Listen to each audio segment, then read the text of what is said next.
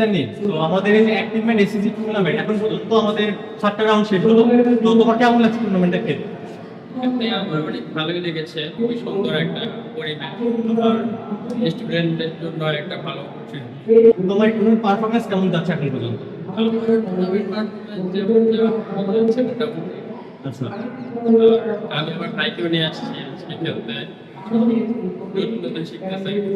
তো এরকম টুর্নামেন্ট পেলে যেমন অনেক প্লেয়াররাই বের হয়ে আসতে পারবে, অনেকে উৎসাহিত হবে খেলতে।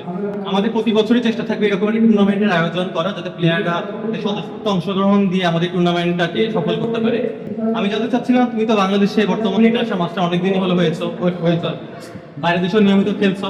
তো তোমার এই চেস খেলে সব থেকে বড় ইন্সপাইরেশন কাকে মনে করো?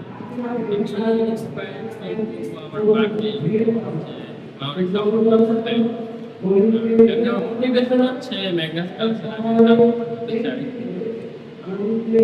আমার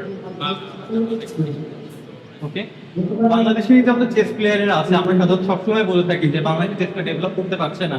তো তাদের বিষয়ে তুমি কিছু বলতে চাও, তারা কিভাবে ডেভেলপ করতে পারে? তাদের জন্য কিভাবে আসলে ডেভেলপ করবে এটা একটু কঠিন, কারণ হচ্ছে যে এরকম যে টুর্নামেন্ট হয় এটা তো বছরে একটা হলে তো হবে না, বছরে একবার খেললো পরে ভুলে গেল। আর বাংলাদেশের সমস্যা হচ্ছে যে প্যারেন্টসরা ঠিক মতো সাপোর্ট দেয় না দাবা খেলা, যেহেতু এদিকে আর্নিংস কম। তো প্যারেন্টসদের এই থাকে যে এটা খেলে কি হবে, সময় নষ্ট ব্লা ব্লা। তো এটা খেলে অনেক উপকারিতাই আছে, যেমন এটা পড়াশোনায় হেল্প করে, তারপর বাইরের দেশে খেলার সুযোগ হয়ে যায়।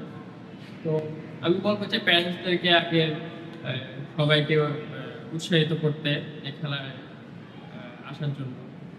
তখন থেকে ধরেন এই যে এদিকে যেমন 200 প্লেয়ার আছে হয়তো, তো 200 প্লেয়ারের মধ্যে 1-2 জন দেখবেন যে ভালো খেলতেছে। তো বারবার হইলে দেখবেন 2 জন 4 জন 5 জন, মানে আমার মতো আরো প্লেয়ার আছে।